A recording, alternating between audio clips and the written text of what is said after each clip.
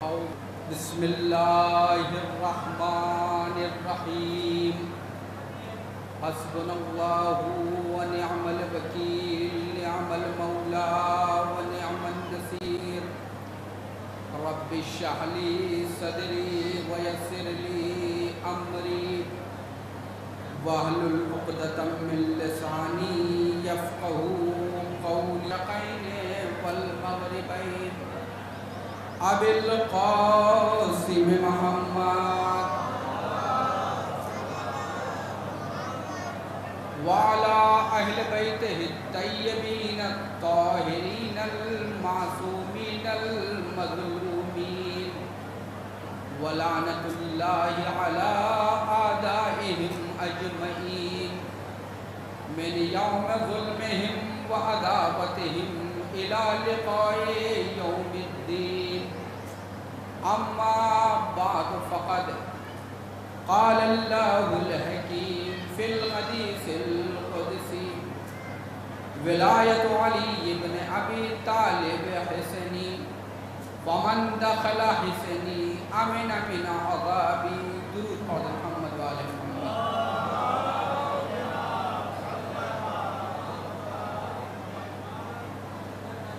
بزرگان مذہب و ملت، برادران ایمانی، امیر کائنات سے منسوب بارگاہ میں ہم سب حاضر ہوئے ہیں، اور یہ بارگاہ اس با فضیلت اور اس با عظمت سے منسوب ہے کہ جس کے قدم بوسی کو ہر عظمت اپنی عظمت سمجھتی ہے اور ہر فضیلت اپنی فضیلت سمجھتی ہے۔ عزیزان گرامی، میں نے آپ حضرات کے سامنے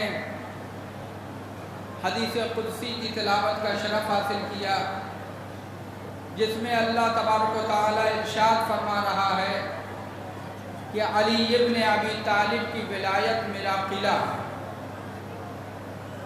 علی ابن ابی طالب کی ولایت میرا قلعہ ہے، جو بھی میرے قلعے میں داخل ہوا وہ میرے عذاب سے امان میں آ گیا۔ یعنی اللہ یہ بتانا چاہتا ہے کہ اگر انسان کو نجات چاہیے تو ولایت علی ابن ابی طالب کو قبول کر لے اور ولایت علی ابن ابی طالب کے تقاضوں کو پورا کرے۔ ممکن ہے سوال پیدا ہو کہ علی ابن ابی طالب کی ولایت جو ہمیں قبول کرنی ہے اور اس کے تقاضوں کو پورا کرنا ہے تو اس کے لیے ہمیں کیا کرنا ہوگا؟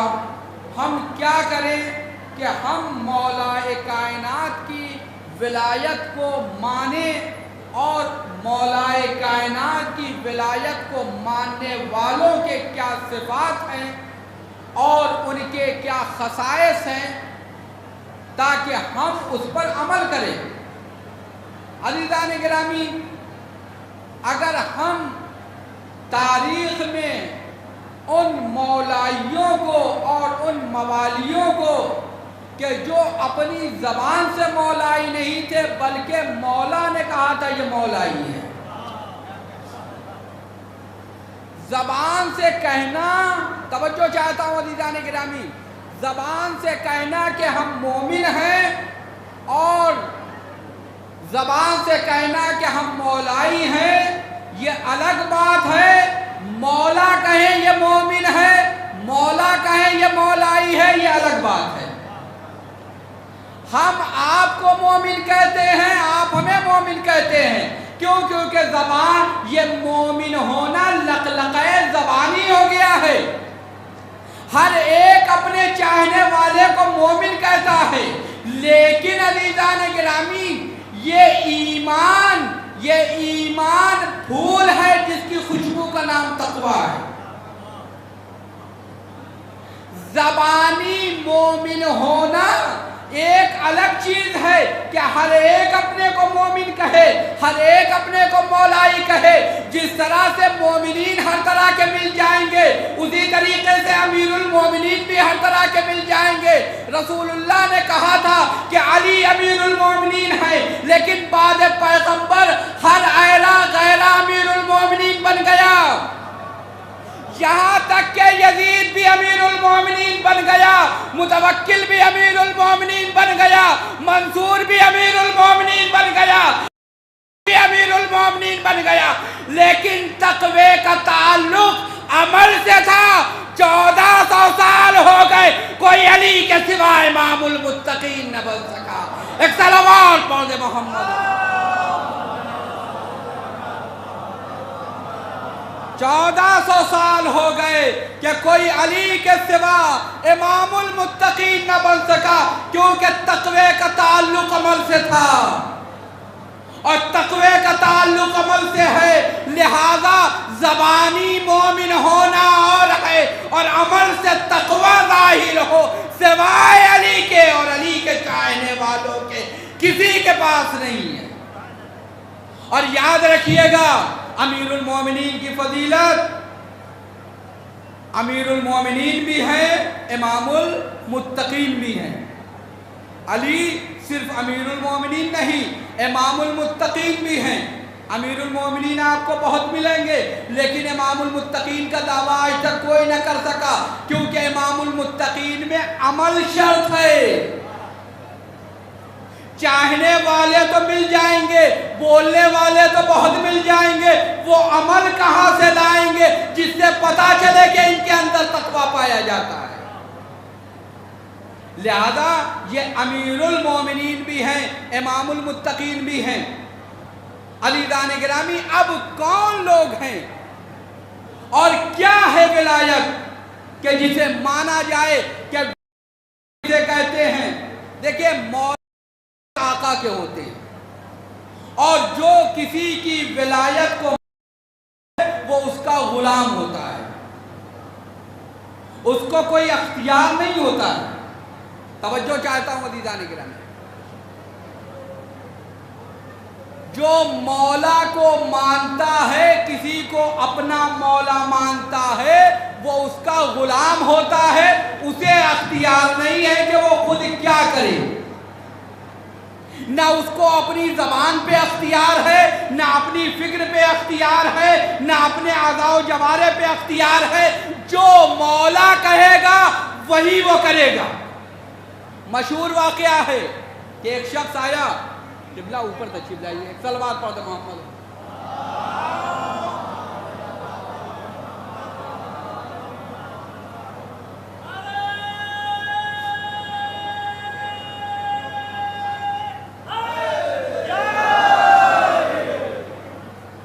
چونکہ کل کی تاریخ 25 شوال امام جعفر صادق علیہ السلام کی شہادت کی بھی مناسبت پائی جاتی ہے 25 شوال کو. لہذا اس حوالے سے بھی ایک دو روایت امام کی اور شاہد مثال پیش کرنا کہ مولا کسے کہتے ہیں اور مولا کو اگر مولا مانا ہے تو کیسا ماننا ہے. جہاں تک ہماری سمجھ میں آئے وہاں تک ماننا نہیں، ہمیں سمجھ بھی نہیں رکھنی ہے. جو مولا کہے وہی کرنا ہے، جو مولا کہے وہی کرنا. ایک شخص گیا بازار میں غلام خریدنے کے لیے. جب غلام خریدے جاتے تھے، ایک غلام کو لایا گیا، کہا یہ کیا کرتا ہے؟ کہا یہ بہت اچھا مکان بنا لیتا ہے. کہا یہ نہیں چاہیے، ہمیں راجگیر نہیں چاہیے مکان بنانے والا، ہمیں غلام چاہیے. دوسرا آیا، یہ کیا کر لیتا ہے؟ کہا گھر کے کام بہت اچھے کر لیتا ہے. کہا ہمیں گھر کا خادم نہیں چاہیے، ہمیں غلام چاہیے. غلام بیچنے والا پریشان ہے، کیا کرے؟ آخر میں ایک لاغر، ایک کمزور سا شخص لایا گیا. اس سے غلام خریدنے والے نے کہا تمہارا نام کیا ہے؟ کہا جو رکھ دیجئے. پہنو گے کیا؟ کہا جو دے دیجئے گا پہننے کے لیے. کھاؤ گے کیا؟ کہا جو کھلا دیجئے گا وہ کھا لیں گے. کہا کہو گے کیا؟ کہا جو آپ کہیے گا وہی کہوں گا. ایک مرتبہ اس کے ہاتھوں سے پیسوں کی تھیلی گر گئی. اے کاش میں اللہ کا ایسا غلام بن گیا ہوتا. تو آپ سمجھے کہ غلام کسے کہتے ہیں مولا مانا ہے تو پھر جب مولا مان لیا ہے تو پھر جب علی کو مولا مانا، حسن کو مولا مانا، حسین کو مولا مانا، تو پھر اپنی عقل نہیں ہے، اپنی فکر نہیں ہے، اپنی زبان نہیں ہے، اب جو وہ کہیں گے وہ ہوگا۔ اب یہ نہیں کہہ سکتے میرا دل یہ کہتا ہے، میں یہ سمجھتا ہوں، میرا علم یہ کہتا ہے، نہ آپ کے دل کی کوئی حیثیت، نہ آپ کی خواہش کی کوئی حیثیت، نہ آپ کے علم کی کوئی حیثیت، جو 14 کہیں گے وہی ہے۔ ایک صلوات پڑھ دے محمد والے۔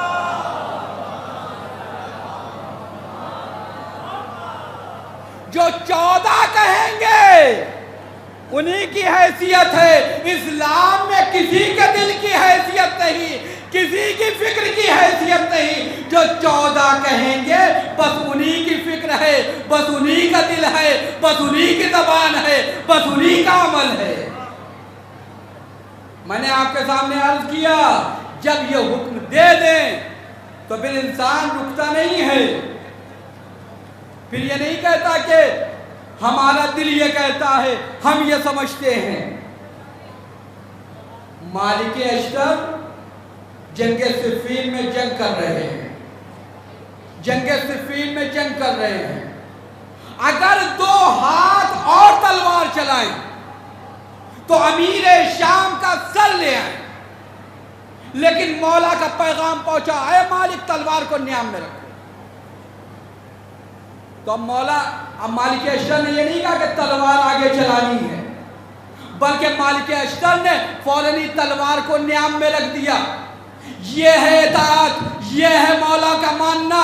بھلے ہی امیر شام بچ گیا لیکن مولا کے حکم کی نافرمانی نہیں۔ اس کے بعد آپ دیکھیے کہ خراسان کا ایک شخص آیا، چھٹے امام حضرت امام جعفر صادق علیہ السلام، کہتا ہے کہ مولا خراسان میں آپ کے بہت چاہنے والے ہیں، آپ قیام کریے، بنی عباس کی حکومت کے خلاف قیام کریے۔ وہی تنور جل رہا تھا، امام نے کہا تنور میں چلے جاؤ، وہ پیچھے ہٹ گیا۔ ہارون مکی آئے، امام نے کہا ہارون تنور میں چلے جاؤ، ہارون تنور میں چلے گئے۔ اور اس کے بعد امام اس خراسانی سے بات کرنے لگے۔ تھوڑی دیر کے بعد کہا آؤ چلو چل کے دیکھتے ہیں ہارون کس عالم میں ہے۔ اب جو تنور کا ڈھکن ہٹایا تو کیا دیکھا کہ ہارون مکی آگ کے شعلوں پہ عبادت پروردگار کر رہے ہیں۔ یہ ہے اطاعت، یہ ہے عبادت۔ جو مولا کہیں گے وہ ماننا ہے، ہمیں اپنی خواہش نہیں ہے۔ امام کے چاہنے والے چھٹے امام کے، اصحاب امام کی تاریخ دیکھیے، ایک نام ہے چھٹے امام کے چاہنے والے میں، عبداللہ ابن ابی یافور۔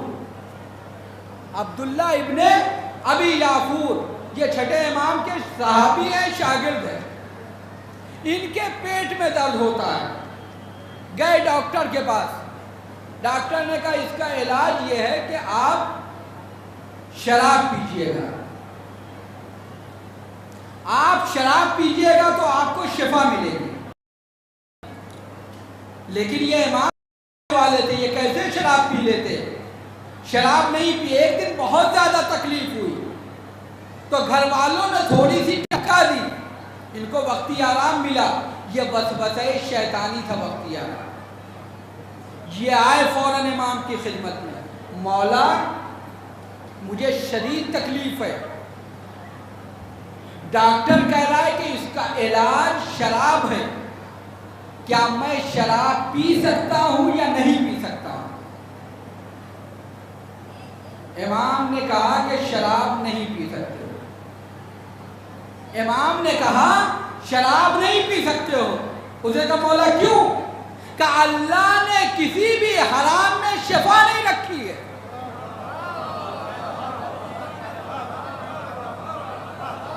شراب نہیں پی سکتے ہو کیونکہ اللہ نے کسی بھی حرام میں شفا نہیں رکھی۔ لہذا تم شراب نہیں پی سکتے ہو۔ اللہ نے نہ کسی حرام شے میں شفا رکھی ہے نہ حرام شخص میں شفا رکھی ہے، لہذا اس میں کوئی شفا نہیں، اسے نہیں استعمال کر سکتے ہو۔ اب حرام کے ذریعے حلال کام نہیں ہو سکتا ہے۔ امام اس نے کہا مولا میں سمجھا نہیں۔ کہا مولا جب میں نے تھوڑی سی شراب پی، گھر والوں نے زبردستی حلق میں ٹپکائی تو اس کے بعد مجھے آرام ملا۔ کہا اچھا آرام ملا تو اس کے بعد پھر دوبارہ تکلیف ہوئی؟ کہا تکلیف پھر ہوئی۔ کہا اگر اللہ شفا دیتا تو دوبارہ تکلیف نہ ہوتی۔ اگر اللہ شفا دیتا تو دوبارہ تکلیف نہ ہوتی۔ چھٹے امام فرماتے ہیں اگر اللہ شفا دیتا تو دوبارہ تکلیف نہ ہوتی۔ کہا مولا یہ وقتی تکلیف، وقتی آرام کیا ہے؟ کہا یہی وسوسہ شیطانی ہے۔ انسان حرام کر کے وقتی فائدہ دیکھتا ہے، یہی وسوسہ شیطانی ہے۔ ایک صلوات پڑھ دے محمد والا۔ اور اسی طرح کی دوسری روایت ہے کہ خاتون آئی امام کی خدمت میں اور انہوں نے کہا مولا میری طبیعت خراب ہے، ڈاکٹر نے کہا ہے کہ شراب پی لوں۔ امام نے کہا تم مجھ سے کیوں پوچھنے آئی ہو؟ اس نے بڑا عجیب سا جواب دیا، توجہ چاہتا ہوں عزیزان گرامی۔ اس نے بڑا عجیب سا جواب دیا، وہ کہنے لگی کہ اے مولا میں آپ کو مولا مانتی ہوں، میں آپ کو اپنا امام سمجھتی ہوں، میرا عقیدہ ہے آپ حجت خدا ہیں، آپ ولی خدا ہیں۔ اگر آپ کہیے گا شراب پیو تو ہم پیئیں گے، اگر آپ کہیے گا شراب نہ پیو تو نہیں پیئیں گے، تاکہ قیامت کے دن کہہ سکے اے پروردگار تیری حجت خدا نے جو کہا ہم نے اسی پہ عمل کیا ہے۔ ایک صلوات پڑھ دے محمد والا۔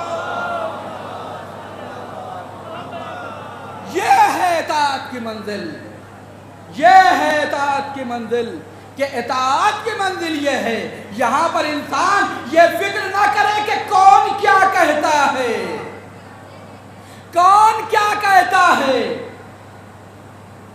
یونس بن عبد الرحمن 8ویں امام کے صحابی ہیں اور مومن ہیں، 8ویں امام کے صحابی ہیں اور مومن ہیں، جنتی ہیں۔ اور ایسا نہیں ہے کہ جنت کی جو ہم کہہ رہے ہیں عقیدت میں نہیں کہہ رہے ہیں، بلکہ مالک جنت امام رضا علیہ السلام نے 3 مرتبہ فرمایا یونس بن رحمان جنتی ہے، یونس بن عبد الرحمن جنتی ہے۔ لوگ کیا کہتے ہیں؟ نہ لوگوں کی منزل اطاعت میں نہ لوگوں کی تعریف کی فکر کی جاتی ہے اور نہ ہی کسی کی تنقید کی فکر کی جاتی ہے۔ انسان یہ دیکھے کہ اس کا آقا کیا کہتا ہے، اس کا مولا کیا کہتا ہے، اس کا خدا کیا کہتا ہے، اس کا رسول کیا کہتا ہے، اس کا امام کیا کہتا ہے۔ نہ دنیا والوں کی تعریف کا بھروسہ اور نہ دنیا والوں کی ملامت کا بھروسہ۔ دیکھیں کچھ چیزیں ایسی ہیں جسے اللہ نے اپنے اختیار میں رکھا ہے اور یہ باتیں یہاں نہ بیان ہوگی امیر المومنین سے منسوب بارگاہ میں تو کہاں بیان ہوگی؟ امیر المومنین نے فرمایا نہج البلاغہ میں کہ لوگ جب دنیا کسی پہ مہربان ہوتی ہے تو دوسروں کے فضائل اس کی جانب کر دیتی ہے، جب دنیا کسی پہ مہربان ہوتی ہے تو دوسروں کے فضائل اس کی جانب کر دیتی ہے۔ یہی ذل الہی ہے، یہی سب سے نیک ہے، یہی سب سے اچھے ہیں۔ اور جب دنیا کسی کی خلاف ہو جاتی ہے تو اس کے بھی فضائل دوسروں کی جانب کر دیتی ہے۔ یہ دنیا کی حقیقت ہے۔ دنیا میں نہ تو کسی کی تعریف سے خوش ہونا ہے نہ کسی کی تنقید سے نالا ہونا ہے۔ کون تعریف کر رہا ہے؟ نہ دنیا کی کوئی حیثیت نہ دنیا والوں کی کوئی حیثیت۔ یہ دیکھے انسان کہ اللہ خوش ہے کہ نہیں، امام خوش ہے کہ نہیں۔ امام خود دیکھیں کچھ چیزیں ایسی ہیں کہ انسان مثلاً آج کا سوشل میڈیا کا زمانہ ہے، اس سوشل میڈیا نے ہر ایک کو بولنے کا موقع دے دیا ہے۔ آف لائن بھلے ہی کوئی اس کو نہ سننا پسند کرے لیکن آن لائن مجبوراً سن لیتا ہے۔ ایک لائک، ایک شیئر، ایک کمنٹ کے اوپر دیکھیں میں نے یہ کہہ دیا، اور دیکھیے ہماری پوسٹ پہ اتنے لائک، اتنے کمنٹ، لیکن یاد رکھیے گا پوری دنیا بھی لائک کرے لیکن اگر اس پروردگار نے لائک نہ کیا تو کسی لائق نہ رہو گے۔ پوری دنیا بھی لائک کر دے لیکن اگر پروردگار لائک نہیں کرے گا تو کسی لائق نہ بچو گے۔ انسان سوچتا ہے کہ دنیا میں فلاں کو راضی کر لے، فلاں کو راضی کر لے، فلاں کو راضی کر لے، جھوٹ سچ کرتا رہا، یہ بھی نہ ناراض ہو، یہ بھی نہ ناراض ہو، یہ بھی نہ ناراض ہو، قبر میں پہنچا تو علی ناراض، محشر میں پہنچا تو خدا ناراض۔ لہذا اسے راضی کرو جو قبر میں کام آئے، اسے راضی کرو جو محشر میں کام آئے۔ ایک صلوات پڑھ دے محمد۔ تو میں عرض کر رہا تھا آپ کے سامنے کہ جناب یونس بن عبد الرحمن 8ویں امام کے صحابی ہیں، 8ویں امام کے شاگرد ہیں۔ امام سے جب بھی کوئی پوچھنے آتا ہے کہ کس سے مسئلہ پوچھے کہ یونس بن عبد الرحمن سے پوچھو۔ ایک دن دیکھیے انسان کا معیار کیا ہونا چاہیے، اس سے کون راضی ہو، ولایت کسے کہتے ہیں، ولایت کا معنی کیا ہے، ولایت کی حقیقت کیا ہے، ولایت کا تقاضا کیا ہے۔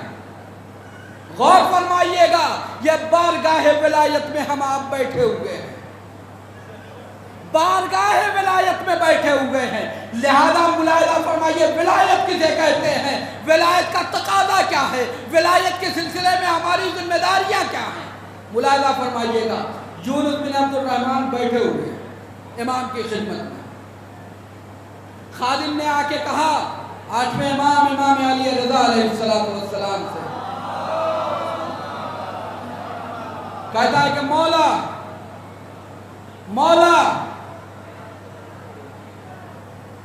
ہمارے کچھ بغداد کے رہنے والے آپ سے ملنے کے لیے آئے۔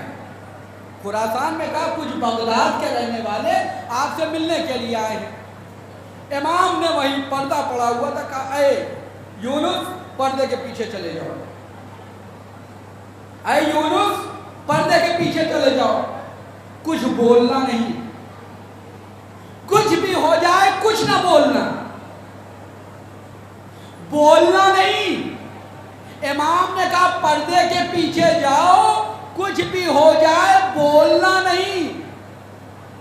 امام کا صحابی تھا، اطاعت گزار صحابی تھا، امام نے کہا کچھ نہ بولنا تو کچھ نہ بولا۔ آئے وہ بغدادی، بیٹھے ہوئے ہیں بغداد کے رہنے والے، شیعہ ہیں، بیٹھے ہوئے ہیں، بات چلی ادھر ادھر کی ہوتی رہی، آخر میں ایک مرتبہ جناب یونس بن عبد الرحمن کی بات چھڑ گئی۔ ان لوگوں نے یونس بن عبد الرحمن کی برائیاں کرنا شروع کی، یونس بن عبد الرحمن پر تہمتیں لگانی شروع کر دی، ان کے اوپر الزامات رکھنے شروع کر دیے۔ جناب یونس بن عبد الرحمن پردے کے پیچھے گریہ کر رہے ہیں، لیکن چونکہ حکم امام ہے بولنا نہیں ہے لہذا بولے نہیں۔ امام نے ان سے کہا، ان تمام چاہنے والوں سے کہا، ان تمام چاہنے والوں سے کہا سنو، جو بھی باتیں تم کہہ رہے ہو یاد رکھنا قیامت کے دن اس کا حساب دینا ہوگا، قیامت کے دن اس کا حساب دینا ہوگا۔ وہ لوگ چلے گئے، امام نے کہا یونس باہر آؤ، یونس باہر آئے، یونس گریہ کر رہے ہیں، سر جھکائے ہوئے ہیں، قسم کھا رہے ہیں مولا میں ایسا نہیں ہوں، ان لوگوں نے جھوٹ کہا ہے، مولا میں ایسا نہیں ہوں، ان لوگوں نے جھوٹ کہا ہے۔ امام قریب گئے، یونس کو گلے سے لگایا، یونس کیسی باتیں کرتے ہو، یہ نہ دیکھو دنیا کا کہہ رہی ہے، یہ دیکھو تمہارا مولا تم سے راضی ہے۔ یونس یہ نہ دیکھو کہ دنیا کیا کہہ رہی ہے، یہ دیکھو کہ تمہارا مولا تم سے راضی ہے کہ نہیں۔ میں تمہارا مولا و آقا علی ابن موسیٰ رضا، میں تم سے راضی ہوں، تو لہذا جب میں تم سے راضی ہوں تو لہذا کسی اور کی فکر کرنے کی ضرورت نہیں ہے۔ کون ہے؟ اور یاد رکھیے گا اس کے بعد اتنے اتہامات کہ انہوں نے پیسے لے لیے، انہوں نے یہ کام غلط کیا، سارے الزامات، لیکن اعلیٰ ظرفی ہے علی والے کی۔ سچا علی والا کون ہوتا ہے؟ انہوں نے فرمایا جناب یونس بن عبد الرحمن نے کہ جن جن لوگوں نے میری برائیاں کی ہیں، اگر ان کے دل میں امیر المومنین علی ابن ابی طالب کی ولایت ہے تو میں نے اپنے مولا کے صدقے میں ان سب کو معاف کیا۔ یہ ہیں جناب یونس بن عبد الرحمن، اور یہ ہیں جناب یونس بن عبد الرحمن کے منزل اطاعت سے کہتے ہیں کہ اطاعت کی منزل یہ ہے کہ اطاعت کی منزل پر انسان یہ نہ دیکھے کہ کون کیا کہہ رہا ہے، بلکہ یہ دیکھے کہ اس کا مولا کیا کہہ رہا ہے، اس کا آقا کیا کہہ رہا ہے۔ کربلا والوں نے اس کا درس دیا ہے، اصحاب حسینی نے اس کا درس دیا ہے، اصحاب امیر المومنین نے اس بات کا درس دیا ہے، جناب میثم نے اس کا درس دیا ہے۔ دنیا کی پرواہ نہیں کی ہے، بلکہ یہ کہا میرا مولا علی کیا کہہ رہا ہے۔ قمبر نے اس بات کو بتایا، میثم نے بتایا، حجر نے بتایا، عمر نے بتایا، سب نے بتایا کہ میرا مولا علی کیا کہہ رہا ہے۔ عزیزان گرامی، چونکہ ابھی ایک برادر مومن نے فرمائش کی یہی کہ چونکہ یہ جنت البقیع کے سلسلے میں بھی 2-4 منٹ بیان کر دیجئے، تو میں عزیزان گرامی چونکہ ربط مصائب کے حوالے سے میں چند منٹ جنت البقیع کے سلسلے میں کچھ باتیں بیان کر دوں، اور اس کے بعد مصائب کی منزل ہے۔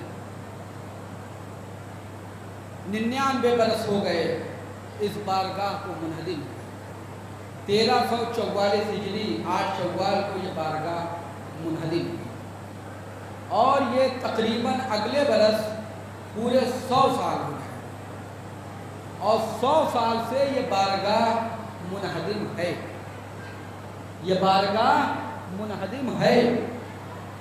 بولنے والے بولتے ہیں، لکھنے والے لکھتے ہیں، فکر کرنے والے فکر کرتے ہیں، لیکن جتنی فکر اس سلسلے میں ہونی چاہیے اتنی فکر نہیں ہو رہی ہے۔ اور بہرحال اس بارگاہ میں ایسا نہیں ہے کہ آپ یہ سوچئے کہ یہ کوئی شیعہ سنی کا مسئلہ ہے کہ وہاں شیعوں کے 4 اماموں کی قبریں ہیں یا جناب سیدہ کی قبر ہے، بلکہ یہ انسانیت کا مسئلہ ہے۔ انہدام جنت البقیع کوئی شیعہ سنی کا مسئلہ نہیں ہے، بلکہ آل سعود نے انسانیت کو ظلم کیا ہے، انسانیت کی توہین کی ہے۔ آج بلا تفریق مذہب و ملت اگر کسی بھی انسان کی ماں کی قبر یا سمادھی کی توہین کی جائے تو ہر انسان کہتا ہے میں سب برداشت کر لوں گا، لیکن اپنی ماں کی قبر کے نشان یا ان کا جو بھی نشان ہے اس کی توہین نہیں برداشت کروں گا۔ جدہ میں کس کی قبر ہے؟ جناب حوا ہے۔ جناب حوا صرف شیعوں کی امام نہیں ہے، صرف مسلمانوں کی امام نہیں ہے، جو بھی انسان ہے اس سب کی ماں ہے۔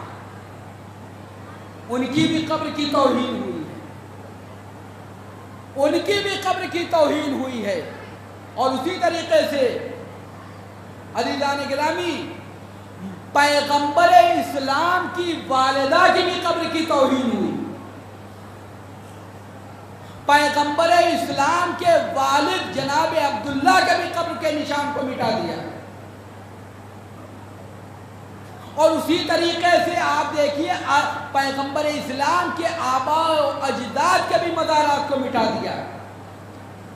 آج وہابیت یہ سوال کرتی ہے کہ یہ بتائیے کہ قبروں پہ جانا بدعت ہے، قبروں پہ جانا بدعت ہے، بارگاہ بنانا بدعت ہے. تو میں آپ کے سامنے ایک واقعہ بیان کر دوں کہ جب فتح مکہ کے موقع پر اللہ کا نبی مکے میں داخل ہوا، فتح مکہ کے موقع پر 8 برس کے بعد اللہ کا نبی مکے میں داخل ہوا تو وہ کہاں جا کے رہا؟ وہ کہاں جا کے رہا؟ 3 دن یا 1 ہفتہ یا 1 دن، جتنے دن بھی رہے وہ کہاں رہے؟ مکے میں. کعبے میں جا کے پیغمبر نہیں رہے، فاتح کی حیثیت سے داخل ہوئے ہیں مکے میں. کعبے میں جا کے نہیں رہے، مسجد الحرام میں جا کے نہیں رہے، اپنے پشتینی گھر میں جا کے نہیں رہے، کسی چاہنے والے کے گھر پہ نہیں رہے، بلکہ آئے جنت المعلیٰ میں قبر جناب خدیجہ پہ. کہا شامیانہ لگاؤ، میں یہیں رہوں گا. پیغمبر نے بتانا چاہا کہ اے خدیجہ، جب اس مکے میں کوئی ہمارا نہیں تھا تو تم ہماری تھی، آج پورا مکہ ہمارا ہے تو میں تمہیں نہیں بھولا ہوں. پیغمبر نے مزار جناب خدیجہ پہ شامیانہ لگا کے یہ بتا دیا کہ مزارات پہ سائبان لگانا بدعت نہیں، پیغمبر کی سنت ہے. ایک صلوات پڑھ دے محمد والا. اور عزیزان گرامی، آپ ملاحظہ فرمائیے کہ یہ جنت البقیع جس میں پیغمبر جاتے تھے، روایت ہے اہل سنت نے بھی لکھا ہے، اہل تشیع نے بھی لکھا ہے، پیغمبر 12 جنت البقیع میں جاتے تھے. اور جنت البقیع میں جانے کے بعد اہل بقیع کو سلام کرتے تھے، ان کی مغفرت کی دعا کرتے تھے. اور جب پوچھنے والے نے پوچھا یا رسول اللہ آپ بقیع میں کیوں جاتے ہیں جنت البقیع میں؟ کہا اللہ نے مجھے حکم دیا ہے کہ جنت البقیع میں آؤں اور اہل بقیع کی مغفرت کی دعا کروں، اہل بقیع کی مغفرت کی دعا کروں. یہ اللہ کا حکم ہے کہ اہل بقیع کی مغفرت کی دعا کروں. پیغمبر بقیع میں آتے تھے. یہ پیغمبر کی جہاں آنے جانے کی جگہ ہے وہ جگہ منہدم کرنا یہ پیغمبر سے محبت نہیں بلکہ اللہ سے نبی کی سے دشمنی کی دلیل ہے. لیکن عزیزان گرامی یاد رکھیے گا یہ مظلومیت ہے، اور یہ مظلومیت ایسی مظلومیت ہے. میں آپ کے سامنے عرض کروں کہ اس روایت کو جناب علامہ مجلسی نے بحر الانوار میں لکھا ہے کہ جناب ابوذر کہتے ہیں، ابوذر سے روایت ہے جناب ابوذر سے، جناب ابوذر کہتے ہیں کہ میں نے رات کے سناٹے میں دیکھا کہ پیغمبر اسلام مولا کائنات کا ہاتھ پکڑ کر کہیں جا رہے ہیں. کہا میں بھی پیچھے پیچھے چلا گیا، اور جب میں پیچھے پیچھے پہنچا تو دیکھا پیغمبر جنت البقیع میں پہنچے.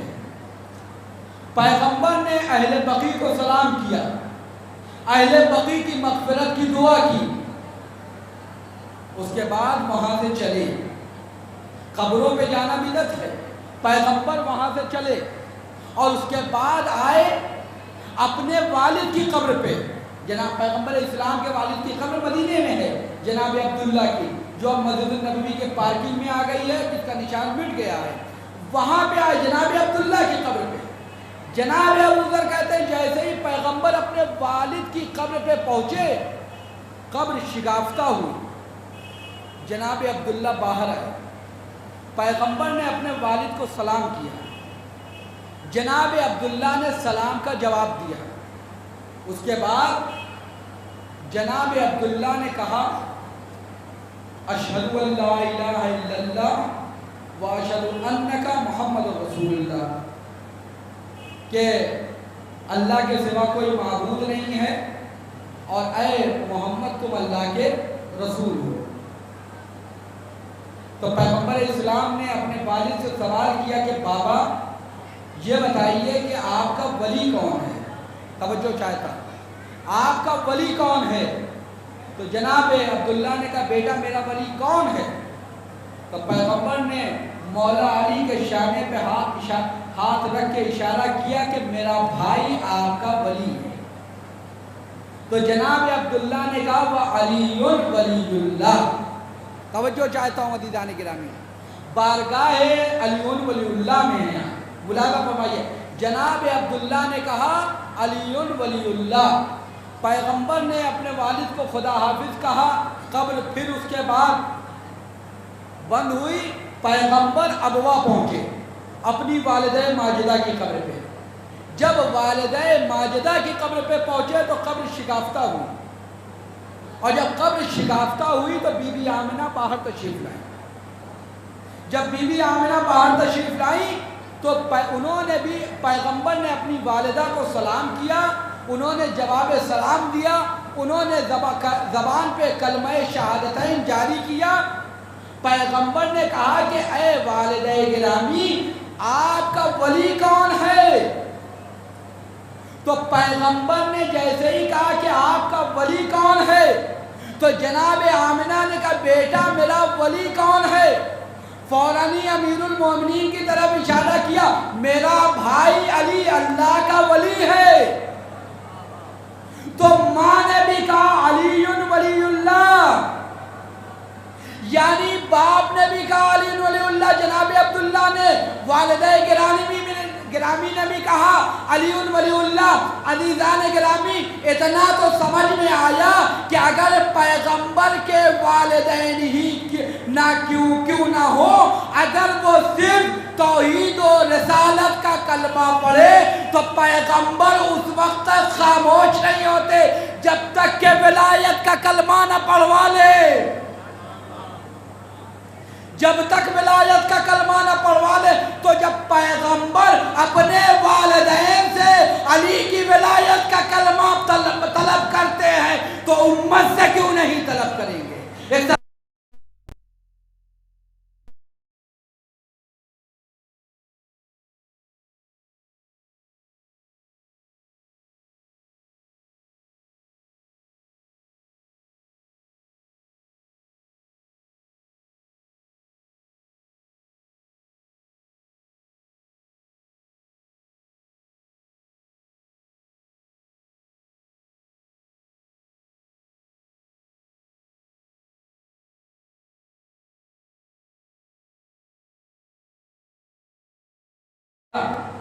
رسول نے پوچھا ابو ذر تم نے کیا کہا یا رسول اللہ کل میں آپ کے پیچھے پیچھے گیا، میں نے یہ ماجرہ دیکھا سب،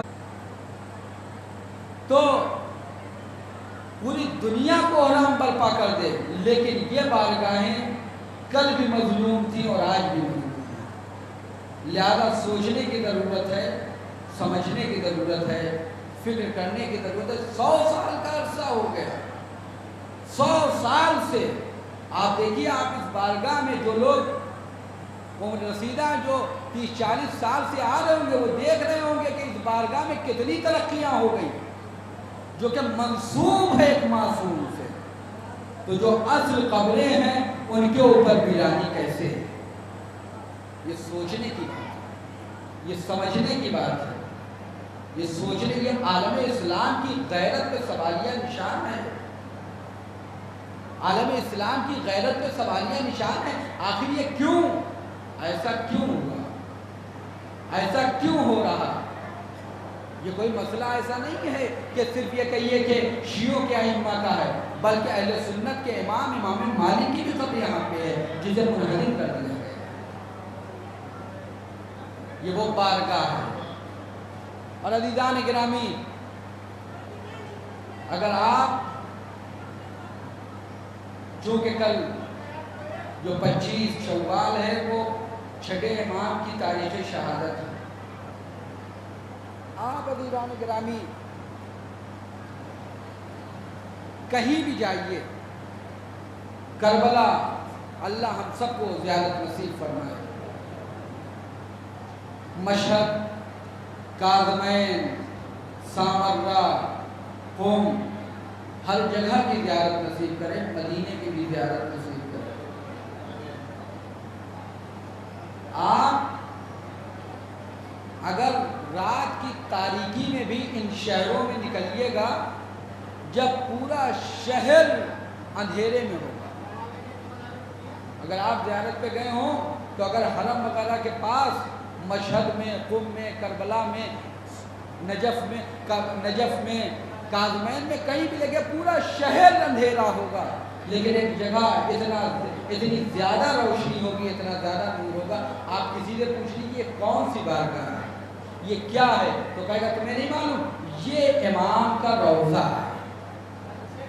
لیکن اگر آپ مدینے میں جائیے، پورا مدینہ جگمگا رہا ہوگا، ایک گوشہ تاریک ہوگا، پوچھئے کہ یہ کیا ہے، یہی جنت البقیع ہے، یہی امام جعفر صادق کی قبر ہے، یہی امام باقر کی قبر ہے، یہی امام سجاد کی قبر ہے، یہی امام حسن علیہ السلام کی قبر ہے، یہ ہے جنت البقیع۔ عزیزوں آپ سوچئے کہ انسان زیارت کی کتنی للک رکھتا ہے، جب انسان پہلی بار کہیں زیارت پہ جاتا ہے تو کیا اس کے اندر حوصلہ ہوتا ہے۔ کربلا میں جیسے ہی آقا حسین کی قبر کے نزدیک پہنچتا ہے، فوراً ہی آگے بڑھتا ہے، زری سے چپک جاتا ہے، آقا ابوالفضل العباس کی زری سے چپک جاتا ہے، مشہد پہنچا آقا امام رضا کی زری سے چپک گیا، کاظمین پہنچا آقا امام موسی کاظم و آقا امام محمد تقی کی زری سے چپک گیا، قم پہنچا بی بی معصومہ کی زری سے چپک گیا۔ لیکن عزیزوں جب مدینے پہنچتا ہے تو مدینے میں بڑی للک ہے، اس امام کی قبر پہ جائیں گے جس کے جنازے پہ تیر برسائے گئے، اس امام کی قبر پہ جائیں گے جس کو اسیر کیا گیا، اس امام کی قبر پہ جائیں گے جس نے علم دیا، اس امام کی قبر پہ جائیں گے جس نے دین دیا۔ لیکن جب وہاں پہنچتا ہے تو قبر تو دور کی بات ہے، گنبد بارگاہ تو دور کی بات ہے، بلکہ وہاں جانے بھی نہیں دیا جاتا، بس دور سے دل کو سنبھال کے کہتا ہے السلام علیکہ یا مولایا یا ابا محمد، السلام علیکہ یا مولایا یا ابا الحسن، السلام علیکہ یا مولایا یا ابا جعفر، السلام علیکہ یا مولایا یا ابا عبداللہ، جزاکم ربکم خیر الجزا۔ ہاں عزیزوں، یہ امام جعفر صادق علیہ السلام دنیا کے کسی استاد، دنیا کے کسی عام جس نے علم کے سلسلے میں کام کیا ہو، اگر آپ اس کی قبر پہ جائیے تو وہاں پہ گنبد و بارگاہ بنے ہوتے ہیں۔ امام جعفر صادق نے تو پوری دنیا کو، چاہے شیعہ ہو چاہے سنی ہو، ہر ایک کو علم دیا ہے، چاہے وہ ہمارے شیعہ فقہا ہو چاہے سنی فقہا ہو، امام ابو حنیفہ جیسے، سب کو علم دیا ہے، لیکن اس معلم امت، اس مربی ملت کی قبر دن کی دھوپ کی تاریکی میں ہے۔ جزاکم ربکم خیر الجزا۔ ہاں عزیزوں، امام جعفر صادق علیہ السلام، آپ کی شہادت، اور کیسی شہادت ہے کہ آپ کو زہر دیا گیا، اور مظلومیت یہ ہے امام کی، ہر امام نے اپنا ایک مظلومیت ہے امام کی، گوش ہے مظلومیت ہے، جہاں حکمت امام ہے وہی مظلومیت امام ہے۔ رسول اللہ نے اپنا وزیر امیر المومنین کو معین کیا سب کے سامنے، کربلا کے معرکے میں ایسے پرآشوب ماحول میں امام حسین علیہ السلام نے اپنا ولی و وارث و وصی امام سجاد کو معین کیا، لیکن یہ امام جعفر صادق کی مظلومیت ہے کہ وصیت کر رہے ہیں تو اس طرح سے وصیت کر رہے ہیں جس میں امام کا نام مشخص نہ ہو سکے، تاکہ دنیا امام موسی کاظم کو قتل نہ کر سکے، لہذا اس طرح سے 5 لوگ